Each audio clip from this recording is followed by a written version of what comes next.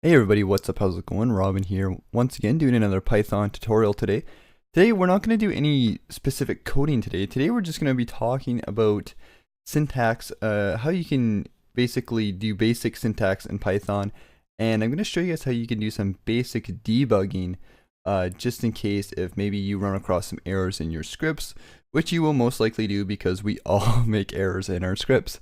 So you'll see here I have three print objects here. You can see here, this is the function, the whole function here, and then the print part here is the object, and inside of the print we have the attributes, which is used basically just things we can enter into the function, and it basically just does stuff. Like this is a string here, and you'll notice that the print object here is a different color, like and this is our Visual Studio Code adding like different color codes to make it easier to read your code. So for example, one thing I want to point out with, it also gives us this cool little definition as well, in case you guys didn't know. One thing I want to point out, the very first thing is that Python is actually case sensitive. So if we try to mimic, let's say we want to mimic what we have here. So I'm just going to copy this for a fourth time. Whoops. And you'll see why I have a bunch of these print functions in just a second. So let's copy this for the fourth time, and let's say we add this all in capitals. So let's say we go print. You'll notice that it's actually turns white, and that's because it's not recognized. And even if we capitalize the first letter, it's still not being recognized as the print function. So this is important to note. Python is case sensitive, so you can't have like the first little capital. It has to all be the same, and you can see if we type off print, there we go, now it's working correctly. And if you do happen to use a capital and you let's save our file, and if we try to run it, you'll see that we get an error. You'll notice that it says print is not defined, and that's basically just saying, hey, look, we found this print text in your script, we don't know what it is, it's an error. And you can see here that it says line 7. If you look at it'll tell you exactly where it is. So we can see here, we can count 1, 2, 3, 4, 5, 6, 7. And this is why I wanted to use the example of having why we have these multiple prints, is because it actually tells you exactly in your code which line it is that it's get this syntax error. So if you have like obviously our scripts are pretty short right now. We just have a couple lines here. But let's say, for example, you were making a script that had like 500, maybe even like 1,000 lines. You can kind of see how it can be really hard to keep track of that, especially if you just make a couple changes, save your document, and then you're getting an error. Like, where the heck is this error, right? But it's nice that it actually tells you exactly where it is. So we can see here it's on line 7, and then we can correct it here, and there we go. And you'll also notice that we have these little brackets here. Now, if I got rid of one of these little brackets here, that again will give us a syntax error. If we get rid of one of these little quotes here, again, you can see that we get this syntax error. If we save file and we try to run it, we get a bunch of errors, invalid syntax, and again, tells you exactly where it is. So that's the cool thing. And one thing I want to point out is the syntax of Python. It's not super complicated, but it does take practice. You're going to make some errors. You're going to forget to put your quotes in some places. You're going to actually capitalize certain things or forget to capitalize certain things, and you're just going to make some errors. It's just the way it is. But that's kind of how you would debug your script. So let's say you forget to add this quote at the end. You save your document, you run your script, and you're like, okay, what the heck's going on? It's not working. So what you do is you go down here at the bottom, find the error. Okay, so we say Python error line number 1. So we go, okay, what's line number 1? Line number 1 looks pretty good, so let's move on to the next line. Okay.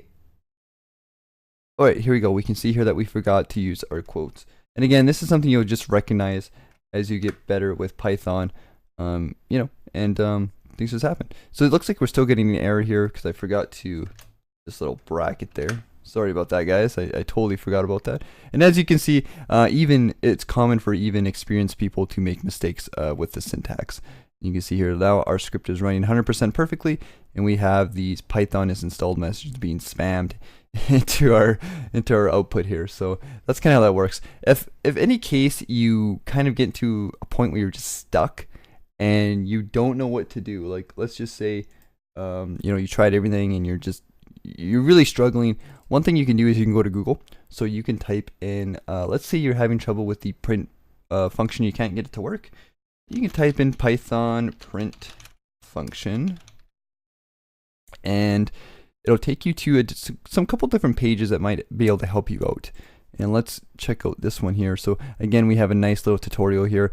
Let's try to see where's W3 Schools. Here's a good website for looking at functions and stuff like that. You can see here they give us an example of the function, how it's supposed to be used, correct syntax. It even gets us like the specific syntax, like the objects, the separators, all that, you know, stuff that nobody really knows about in the beginning. But like, you know, as you use more Python, you'll kind of get used to some of these terms. And again, it has a nice little description here.